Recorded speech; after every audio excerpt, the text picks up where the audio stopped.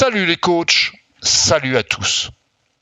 J'ai longtemps hésité avant de faire cette vidéo. Donner mon point de vue sur le jeu 3 semaines après la sortie de la bêta, alors que plein de gens bien plus autorisés que moi avaient déjà donné leur opinion, il me semblait un peu présomptueux de me joindre au concert ambiant. À la réflexion, je me suis dit qu'il y avait aussi plein de voix inaudibles qui pourraient être intéressées par mes divagations. Donc, me voilà. À mon sens, il y a 3 catégories qui posent problème à la majorité des joueurs de Football Manager, qu'ils soient nouveaux ou anciens endurcis sous le harnois. La navigation, les bugs, nombreux il est vrai, et les fonctionnalités disparues. Nous allons parler des 3 dans cet ordre. Et en tout premier lieu, à classer dans la famille de la navigation, il y a une chose qui m'horripile au plus haut point, et que, curieusement, je n'ai pas vu grand monde critiquer. J'ai un PC plutôt puissant, voire très puissant. Pour faire un peu de montage vidéo, même en amateur, il faut de la ressource. Malgré cela, il me faut presque 1 minute pour lancer FM26 et pouvoir accéder au chargement de ma sauvegarde. Pourquoi ? Parce qu'il y a 50 secondes de crédit, de pub et d'images incontournables à passer. Comme on peut le voir dans la vidéo qui apparaît juste au-dessus, en incrustation. Je vous passe le lancement du jeu sur mon PC avec un compteur de temps. Alors avec FM 2024, il y avait un contournement en écartant les modules de vidéo liés au lancement du jeu. J'en avais d'ailleurs fait une vidéo, voir le lien juste ci-dessus. Pour le moment, personne ne semble avoir trouvé la clé pour empêcher Cygames de nous voler notre temps. Pour rappel, en moyenne, avec 5 lancements du jeu par jour, 365 fois par an, ça fait 5 fois 50 secondes par 365, soit 91 250 secondes. Ça représente 1520 minutes et 50 secondes, donc un jour entier, 1 heure, 20 minutes et 50 secondes par an. Même si vous ne lancez FM qu'une fois par jour, à la fin de l'année, ça fait quand même 5 heures, 4 minutes et 10 secondes. Personnellement, à 71 ans, perdre plus de 25 heures de mon temps par an, je trouve ça intolérable. Et vous ? Déjà, avec 2024, un double clic sur le libellé suffisait à charger la partie. Maintenant, il faut sélectionner la bulle ou le texte avant de cliquer sur charger. Comme tout le monde, j'ai râlé sur la navigation. Les tuiles, la perte de repères qui s'ensuit pour les anciens joueurs. Mais au fond, peu importe. La navigation et les menus sont un faux problème. Certes, nous avons tous une inertie naturelle au changement. On n'a pas envie de changer nos vieilles habitudes. Elles sont tellement ancrées en nous. Mais il faut bien reconnaître qu'au bout d'une douzaine d'heures à s'énerver et à chercher dans les tuiles, on finit par s'habituer. Encore une douzaine d'heures de plus, et qui sait, c'est peut-être dans Football Manager 2024 que je ne me retrouverai plus. Non, la navigation c'est un faux problème. Mais j'estime que Cygames aurait pu nous épargner ça. L'excuse du passage sous Unity est à mon avis la plus mauvaise excuse qui soit. J'ai passé 45 ans de ma vie à développer des applications. J'ai commencé avec du Fortran et des cartes perforées. J'ai terminé comme chef de projet intranet, également expert en base de données, d'une très grande entreprise française que je ne nommerai pas. Autant dire que j'en ai vu passer des architectures informatiques. Depuis les années 90, les grands principes du développement tournent autour d'un truc appelé le modèle 3 tiers. Alors qu'est-ce que c'est que ce modèle 3 tiers ? Vous voulez savoir ? Je vais vous le dire. L'idée, c'est de séparer les responsabilités d'une application en différentes couches logiques, chacune ayant un rôle bien défini pour structurer, maintenir, tester et faire évoluer plus facilement le code. En gros, dans une application, il y a 3 couches. La couche de présentation, l'interface utilisateur, c'est l'UI dont on parle tant pour FM26. UI pour User Interface, bien sûr. Les pages d'information, les menus, les tuiles, les formulaires. La seconde couche, dite logique métier, c'est le cœur de l'application, celui qui gère les règles, les validations, les calculs, les compétitions, les progressions des joueurs dans Football Manager. Et enfin, la couche extérieure, typiquement, dans une application, c'est la base de données en sortie. Et dans le cas de Football Manager, la mise à jour des données et le rendu des matchs. C'est là et seulement là que devrait intervenir le moteur Unity. C'est ce que j'expliquais dans une précédente vidéo il y a déjà quelques temps et dont vous trouverez le lien en haut de l'écran là. Football Manager, comment ça marche ? Bon, que Cygames ait voulu modifier les 3 tiers en même temps, c'est un peu goulu, si je puis me permettre. Et ça ne me dérangerait pas si ça marchait bien. Mais voilà, le projet, mal mené à l'évidence, a causé un nombre incroyable de bugs. 300 corrigés avant même la sortie officielle. Et encore, des dizaines qui rendent le jeu pénible à jouer. Parmi eux, quelques exemples qui m'énervent au plus haut point. L'encadrement des jeunes. Alors, effectif, entraînement, encadrement, vous voyez, je cherche encore. Mais ça viendra. Ici, il n'y a pas encore très longtemps, les groupes d'encadrement par l'entraîneur adjoint, c'était une horreur. D'abord, il vous demande toujours une journée pour le faire. Avec FM24, on cliquait sur un bouton, on recommençait autant de fois qu'on voulait, c'était immédiat. Là, il faut faire continuer pour faire avancer le temps et vous avez la réponse 24 heures après à peu près. Il y a quelques jours, et je ne suis pas sûr que ce soit complètement corrigé, il générait des groupes d'encadrement incomplets, avec juste 2 membres dedans. Donc aujourd'hui, ça semble corrigé, mais voyez-vous, on ne sait pas qui sont dans les groupes. Pour savoir, il faut cliquer sur le groupe et aller voir en détail, grâce à un schéma aussi joli qu'inutile, les membres du groupe et les relations qui existent entre eux. Tout ce qu'on avait en un seul coup d'œil avec FM 2024. Je vous montre. Voilà, c'est pas très joli, mais c'est tellement plus efficace avec FM 2024. Vous savez tout de suite qui est dans quel groupe, quelles sont les relations. Est-ce qu'il influence? Est-ce qu'il est influencé? Beaucoup, pas beaucoup, légèrement, de manière importante? Vous avez tout à un coup d'œil. Repassons sur FM 2026 et constatons les dégâts. Donc voilà, on ne sait pas qui est dans le groupe. Là, on le sait parce qu'il est actif et on le voit ici. Il y a Castel, Le Sauce et Mével. Ici, pour le savoir, il faut aller dessus. Et les relations, c'est pas très clair. Ah oui, on le sait, aucun, léger, moyen, important, dans un sens ou dans l'autre. Franchement, c'était pas la peine. Alors qui plus est, les règles ont changé. Auparavant, pour qu'un groupe fonctionne, il fallait à minima 3 joueurs dans le groupe. Aujourd'hui, il faut maximum 3 joueurs. Et quand il n'y en a que 2, le groupe ne fonctionne pas. Comme auparavant, c'est vrai. Mais on ne peut pas en mettre 4. Si je veux rajouter un 4e membre ici, alors il faut l'éditer. On clique ici, groupe d'encadrement 3. C'est bien. On voit quels sont les 3 joueurs qui y sont. On va rajouter un à tout hasard. Tiens, on va essayer de mettre... je peux pas. Il y en a 4. Mais c'est pas comme ça que c'est prévu de fonctionner. Bon, c'est mieux. Hier, j'avais la possibilité encore d'en mettre 4. Bon, oublions les groupes d'encadrement. Franchement, moi, personnellement, j'aime pas. Deuxième exemple de bug, reprendre les vues existantes. J'ai montré dans une vidéo il y a peu de temps comment on faisait pour reporter les vues. Je veux bien croire que ça ne soit pas possible parce que les noms des champs ont changé, mais franchement, faire un convertisseur n'est pas si compliqué que ça, à mon sens. Mais quand même, devoir pour aller charger une vue, parce qu'ici, vous pouvez pas, devoir faire un clic droit ici et importation de l'affichage là, trouver toutes les vues que l'on avait auparavant, créées avec 2024, pouvoir les charger et obtenir ça comme message d'explication, un minimum ça aurait été modèle de vue non compatible ou illisible. Non, juste OK. Les développeurs, vous avez essayé votre appli? Donc il va falloir reprendre toutes les vues une par une, ça me semble quand même très lourd. Alors, 3e exemple de choses qui m'horripilent vraiment, mais vraiment beaucoup, c'est de venir gérer les tactiques. Là, impossible. On ne peut pas créer une tactique parce que les joueurs sont en vacances. Impossible. Franchement, dans la vraie vie, tous les coachs IRL doivent être morts de rire.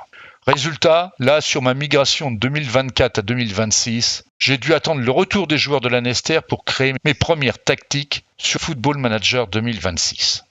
Bon, ça pourrait être pire, c'est pas très grave, vous allez me dire, mais c'est loin d'être aussi pratique qu'avant. Puisqu'on ne peut pas préparer les tactiques à l'avance, pendant les vacances en tout cas, on peut au moins préparer les entraînements. Oui, je t'en fiche, tiens.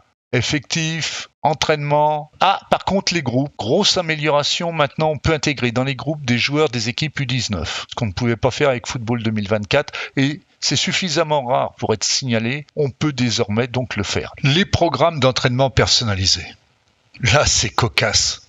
J'ai une 20aine de programmes dans mon répertoire Schedules. Rien d'exceptionnel. FM les connaît, il m'a permis de les charger. Je vais donc dans pré-saison, programme personnalisé, les charger, mais pas de les utiliser. Enfin, pas tous.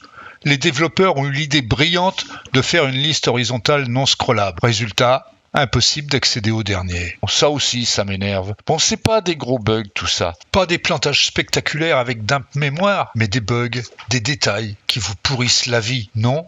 Je me demande parfois si les développeurs de Cygames ont déjà joué à Football Manager. En tout cas, il y a un manque évident de tests. De mon temps, je disais à mes collaborateurs, testez vos programmes, si vous ne voulez pas que vos utilisateurs vous détestent. Bon, passons. Autre bug d'incohérence.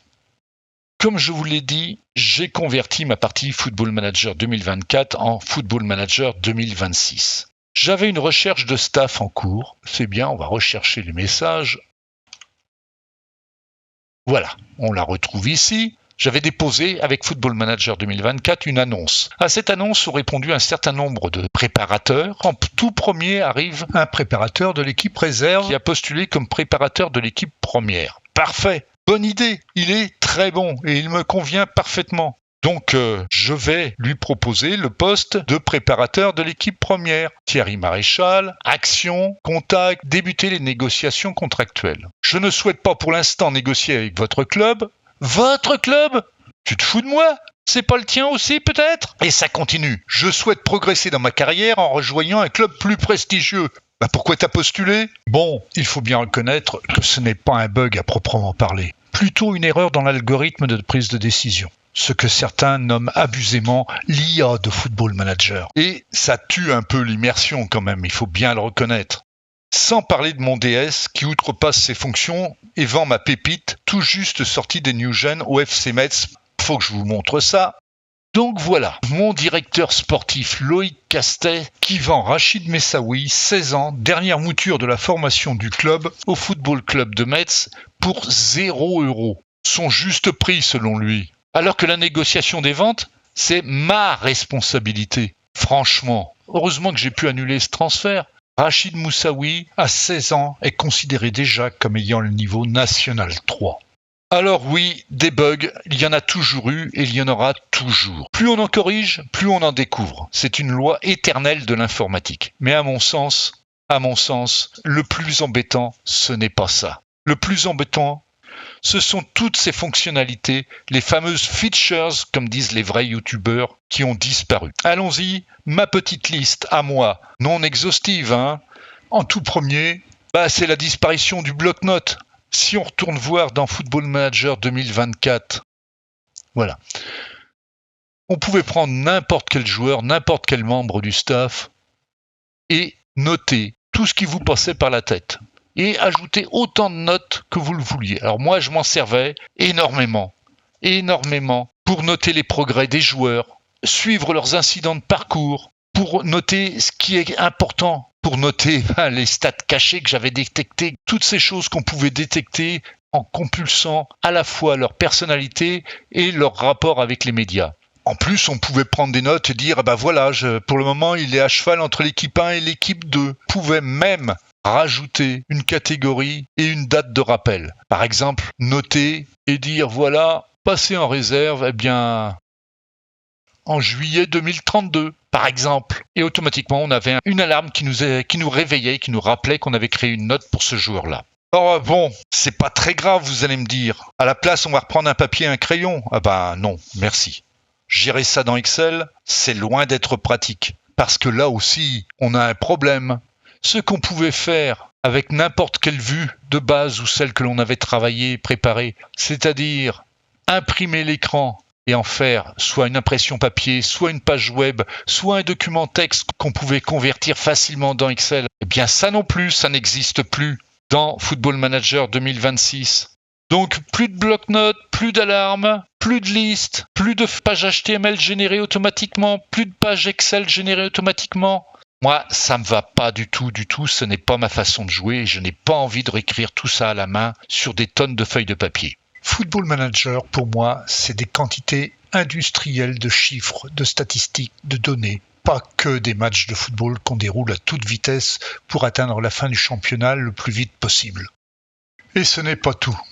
Plus d'écran tactique en match, plus de possibilités d'attribuer des consignes individuelles envers les joueurs adverses au moment du coup d'envoi, plus de gestuels dans les discussions avec les joueurs, plus de notes numériques du coach et du staff. Ted Lasso. Voilà, ces fameuses notes qui ne servaient à rien. Bon, c'est vrai, dans la vraie vie, on ne sait pas dire que le coach Ted Lasso, il a 14 en gestion des personnes ou 13 en autorité. Ça, on ne le sait pas. On a juste ici bon, très bon, élite ou inapte.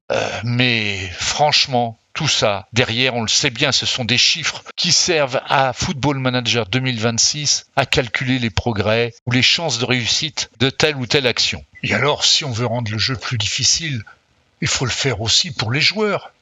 Dribble moyen, vitesse élevée, jeu de tête passable, tir de loin très bon. Mais je ne suis pas sûr que tout le monde va apprécier. Plus de conseils du directeur sportif non plus. Alors déjà, pas facile d'aller discuter avec le directeur sportif. On le trouve, je crois, ici dans staff. Voilà. Afficher la liste des membres du staff, c'est même pas simple. Voilà. Tout le staff. Ah ben, il m'en a fallu du temps pour arriver à tout le staff. Et mon directeur sportif, il est quelque part dans la liste. Voilà, il est ici, Loïc Castet. Et ben, je peux pas faire grand chose avec lui. Impossible de discuter, de lui demander un conseil sur un joueur. C'est pas possible. Tout ça, ouais, bien sûr, vous allez me dire, on n'a plus besoin du directeur sportif pour ses conseils, il y a le transfer room. Ouais, c'est vrai, mais c'est pas pareil. Alors franchement, tout ça me rend un peu chafouin. Pour le moment, j'ai décidé de garder ma partie en cours avec Lanester sous FM24. Parce que Lanester, je vais pas l'abandonner maintenant. Ça fait 35 jours de jeu que je suis coach de Lanester et qu'on est parti de départemental 1, monté jusqu'en national 3. On va pas s'arrêter en si bon chemin. L'objectif, c'est d'aller le plus haut possible, mais pas avec 2026, pas dans l'état où est FM 2026 aujourd'hui. Alors je vais démarrer une autre partie avec FM 2026 très bientôt, juste pour pouvoir surveiller l'évolution. Parce que oui, les nouveautés tactiques, le jeu avec ou sans le ballon, c'est le bon côté de FM 2026. Les matchs sont plus jolis, il faut bien le reconnaître. Mais moi, je suis peut-être un vieux con, mais je ne ressens plus la même immersion qu'auparavant. Alors pour moi, FM 2026 en l'état, c'est non, merci. Mais dès que ça se sera stabilisé, que les anciennes fonctionnalités reviennent, si elles reviennent, je reconsidérerai ma position, migrer de 2024 à 2026. Vous l'avez vu, c'est très facile. En attendant, je vous dis salut les coachs. À bientôt. Salut à tous.